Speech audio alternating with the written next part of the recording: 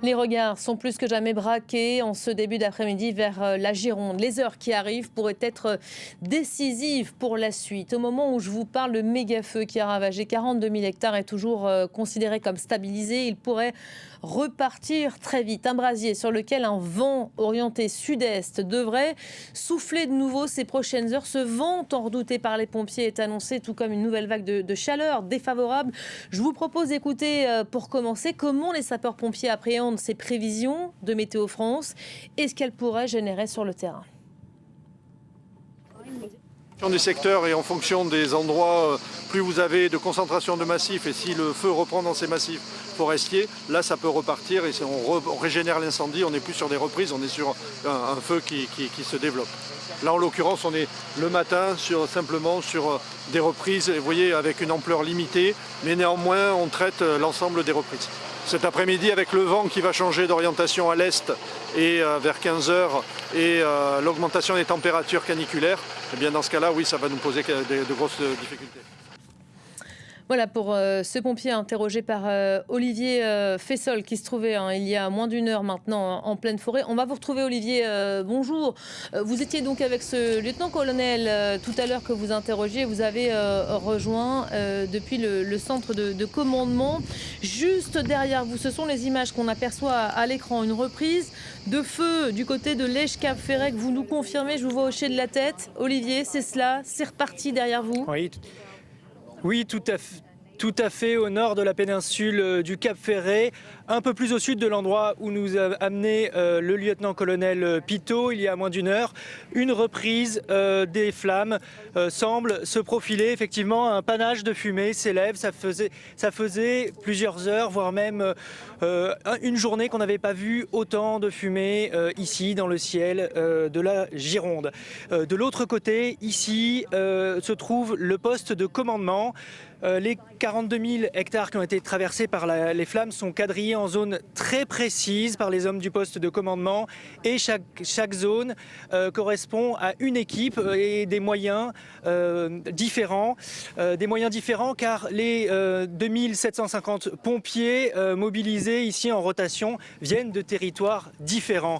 Nous avons suivi par exemple les sapeurs-pompiers des Bouches-du-Rhône, de la région de Marseille, qui eux ont par exemple, comme les pompiers de la Gironde, des véhicules qui leur permettent de traverser la Pinède, de s'enfoncer profondément dans la forêt pour pouvoir aller chercher au plus près les flammes qui grignotent le massif avec à travers des pistes forestières sablonneuses ou encore même en se faufilant entre les arbres. D'autres, venant de milieux plus urbains, ne sont pas équipés de la sorte et donc sont cantonnés aux grands axes, à la protection des routes ou des maisons et des commerces qui restent à protéger dans la zone. Donc il y a de nombreux départs de feu et pour limiter cette progression qui avait jusque-là été stoppée, pour éviter qu'il y ait une nouvelle progression, il y a aussi des travaux de forestage qui sont menés, c'est-à-dire qu'on abat des grandes lignées d'arbres. 103 km de coupe claire ont été effectués depuis une semaine pour stopper cette avancée des flammes. Mais l'extinction totale de cet incendie pourrait prendre des jours, voire même des semaines.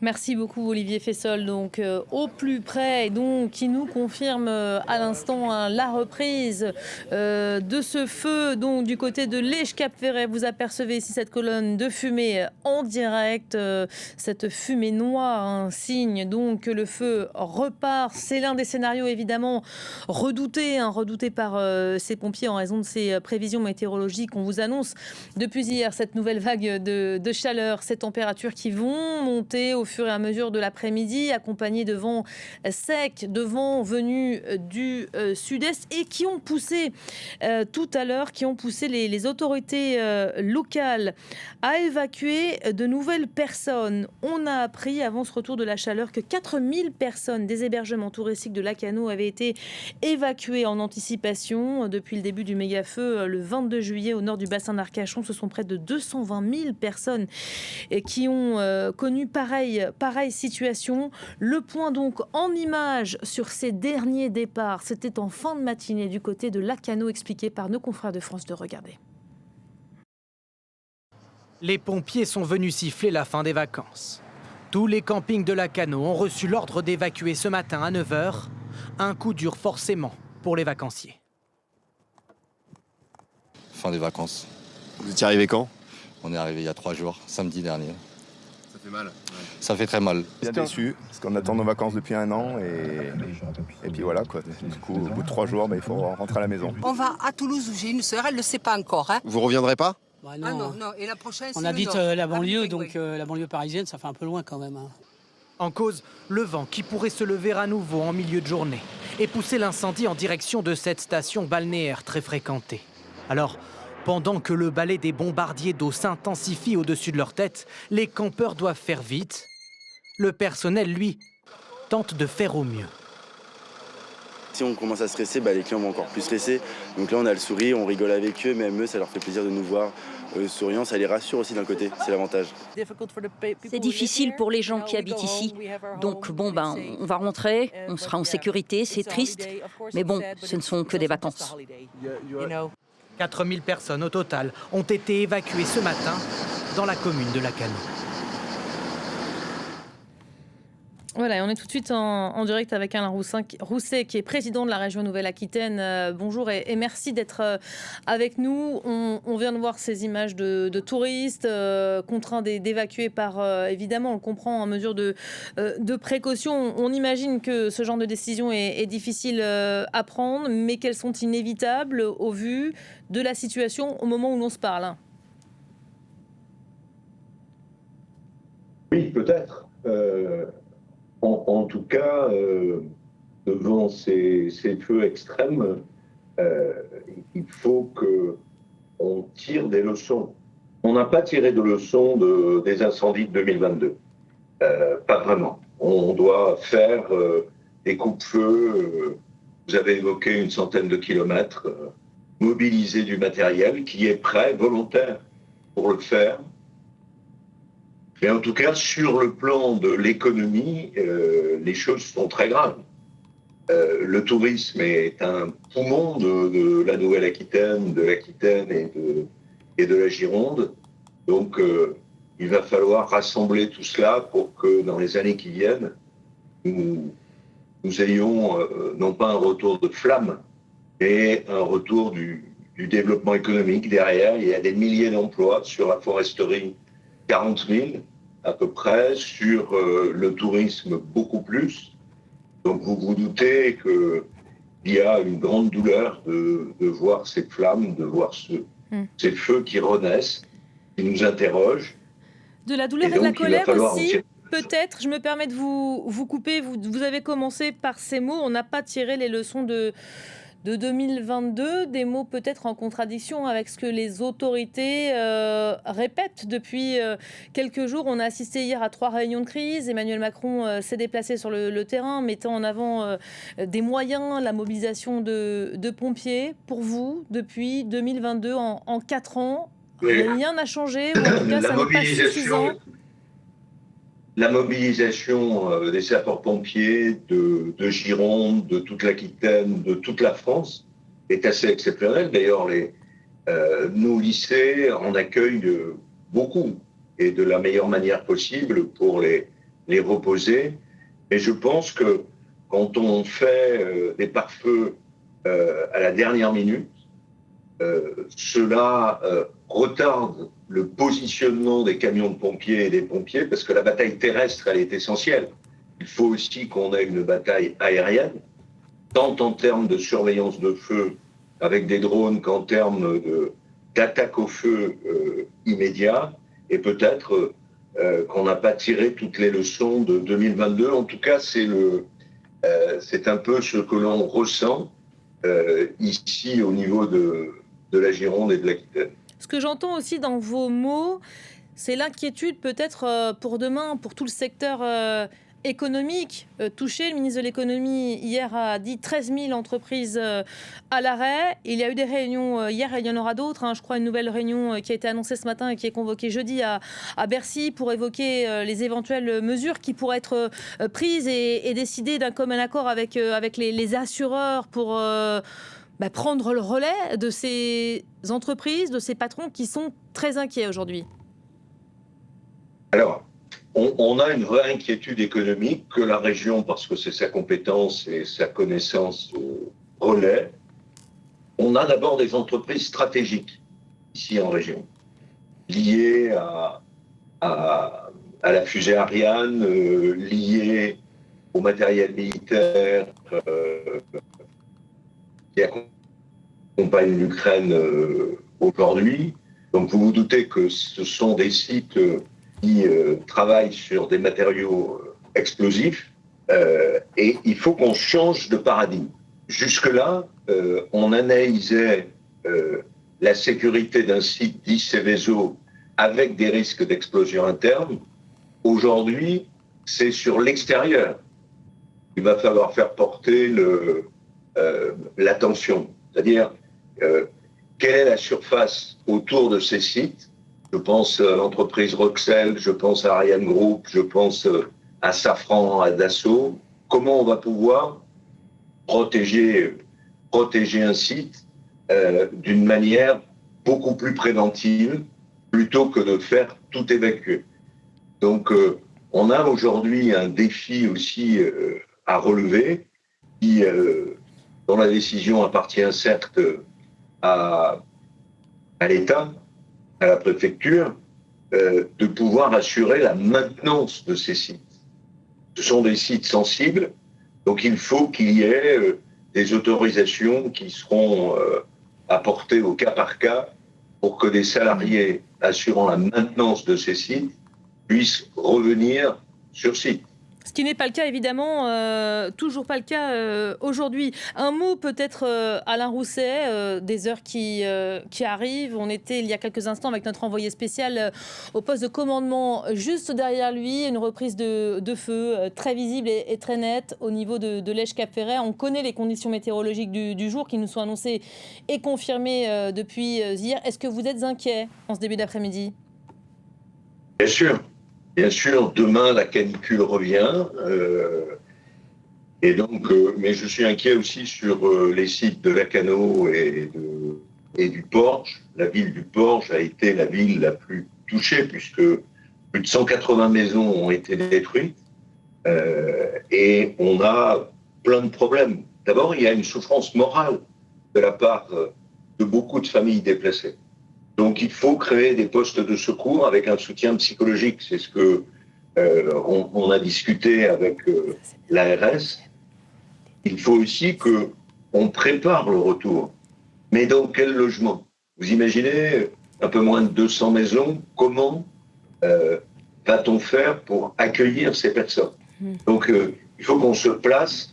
Et en tout cas, c'est ce que nous faisons à la région avec les mairies, en contact avec la préfecture, de réfléchir à la façon avec laquelle ces personnes vont être accueillies et soutenues. Voilà. La prise en charge de ces sinistrés, alors que ces feux, vous voyez toujours en direct sur notre antenne, sont en train de repartir, de reprendre le scénario tant redouté qui nous est annoncé depuis 24 heures, qui est peut-être en train de se concrétiser, ou en tout cas dans ce secteur, le secteur de Lège-Cap-Ferret. Vous le voyez, image impressionnante avec les premiers hélicoptères qui sont venus sur site pour peut-être prendre la mesure de l'étendue des dégâts. Alors, vous restez avec moi, on va regarder quelques images parce qu'on évoquait évidemment ces sinistrés, ceux qui ont tout perdu, leur résidence principale, un peu plus de 200 foyers donc réduits en cendres dans ce méga brasier. L'étendue des dégâts vus du ciel est impressionnante, inimaginable si on ne le voit pas. Je vous laisse découvrir ces images signées de nos confrères de France 2. Regardez. De ces maisons, il ne reste que les murs. Les flammes ont dévoré l'intérieur. Vertige de ces vies qui ont basculé en quelques heures. Ces familles de Biscarrosse ont tout perdu. Certaines habitations sont ravagées alors que juste de l'autre côté du chemin, elles sont miraculeusement intactes. Cette zone artisanale toute proche a elle aussi été touchée. Des milliers de mètres carrés de hangars réduits en cendres. En périphérie de Biscarrosse, la forêt est encore fumante et le paysage lunaire. 100 km plus loin, sur l'autre front en Gironde, même scène de désolation. À perte de vue, des troncs calcinés, comme un immense cimetière végétal. Le résultat de plusieurs jours d'un feu vorace et virulent. Un incendie hors norme. Voilà, on est nouveau avec Alain Rousset. On vient de voir et faire découvrir à nos téléspectateurs ces images impressionnantes. Vous qui êtes le président de la région Aquitaine, un mot de ces sinistrés que vous évoquiez juste avant. On a évoqué ensemble la prise en charge. Évidemment, la question des assureurs a été abordée hier par les membres du gouvernement, le ministre de l'économie notamment, qui abordait cette question. Visiblement, il y a eu des deals de passer avec les assureurs, une prise en charge des relogements pour tous ceux qui ont dû être évacués de leur résidence principale, mesure exceptionnelle, avaient dit les autorités françaises. Tous ces gens-là qui ont dû partir, une grande majorité n'ont toujours pas la possibilité de rentrer chez elles là, au moment où l'on se parle. On est d'accord ? On est d'accord. Et je pense que on a à la fois cette immense tristesse, parfois cette colère, et puis en même temps, il y a eu un mouvement de solidarité et de fraternité absolument formidable.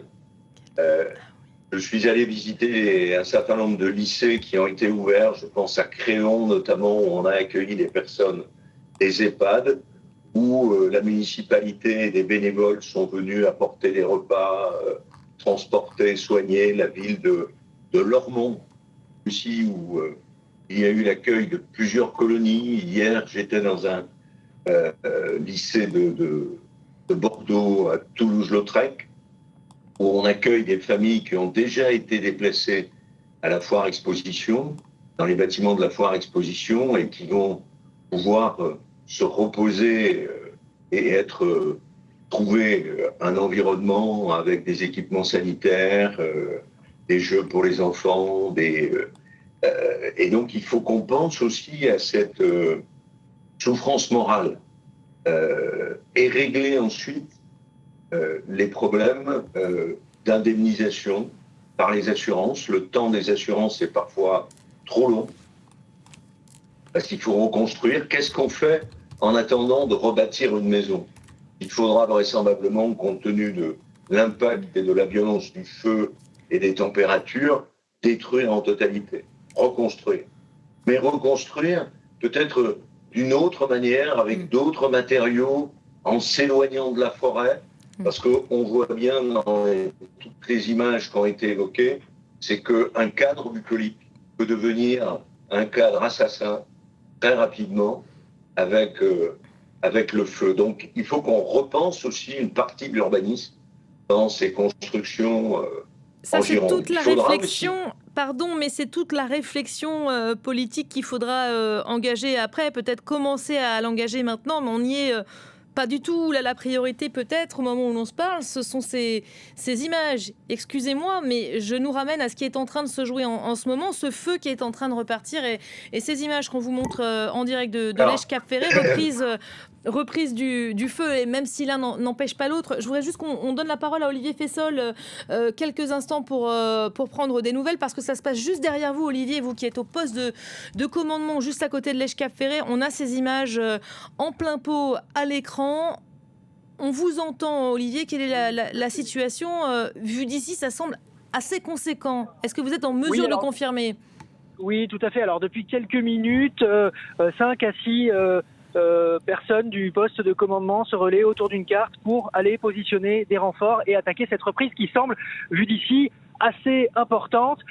Certaines équipes sont même revenues directement ici, sans passer par les talkie-walkie, pour repartir. On voit devant moi, il y a des pompiers, toujours des Bouches-du-Rhône, qui sont en train de remettre leur tenue de feu pour partir, aller attaquer ces flammes qui apparemment recommencent à prendre de l'ampleur. Et là, à l'heure où nous parlons, des Canadair commencent à tournoyer autour de cette fumée pour des tours de reconnaissance avant, j'imagine, d'attaquer cette reprise donc qui a lieu au nord de la péninsule du Cap Ferret, à la faveur du vent qui souffle ici et des températures qui remontent. Justement, c'est ce que j'allais vous demander, Olivier. Vous n'êtes pas météorologue, mais vous êtes à l'extérieur. Vous étiez juste à côté de ce camion de pompiers en train de nous présenter le dispositif. Justement, comment on décide d'envoyer ou pas des équipes quand ce feu a repris derrière vous tout à l'heure. Est-ce que ce vent tant redouté est annoncé depuis hier? Est-ce que ce vent, vous le ressentez, vous? Oui, tout à fait. Il souffle. Alors, il souffle moins fort que vendredi, par exemple, ou samedi, mais il est bien présent et les températures assèchent aussi l'air et donc permettent aisément de raviver les braises qui couvrent sous cette végétation partiellement calcinée. Et donc, en quelque sorte, le feu, ça peut permettre au feu de finir le travail et de finir de consumer ce combustible qu'est ce massif forestier, qui est quand même la plus grande forêt artificielle d'Europe. Merci beaucoup Olivier Fessol, donc en direct de l'Èche-Cap-Ferret, depuis le centre de commandement où ce feu vient de reprendre. Merci aussi à Alain Rousset, président de la région Aquitaine, qui était avec nous. Merci de nous avoir accompagnés sur cette demi-heure. On va se quitter évidemment sur ces images pour la partie française. Sachez qu'au même moment, en Espagne, d'autres pompiers mènent à peu près le même combat. L'Espagne, là aussi, en proie de violents incendies, sûrement les plus durs, les plus intenses de l'histoire moderne, notamment autour, là vous voyez ces images, autour de la capitale Madrid. Cet incendie qui a déjà parcouru des dizaines de milliers d'hectares. Les heures sont aussi annoncées comme cruciales aujourd'hui. On ira prendre le pouls évidemment en fin de journée.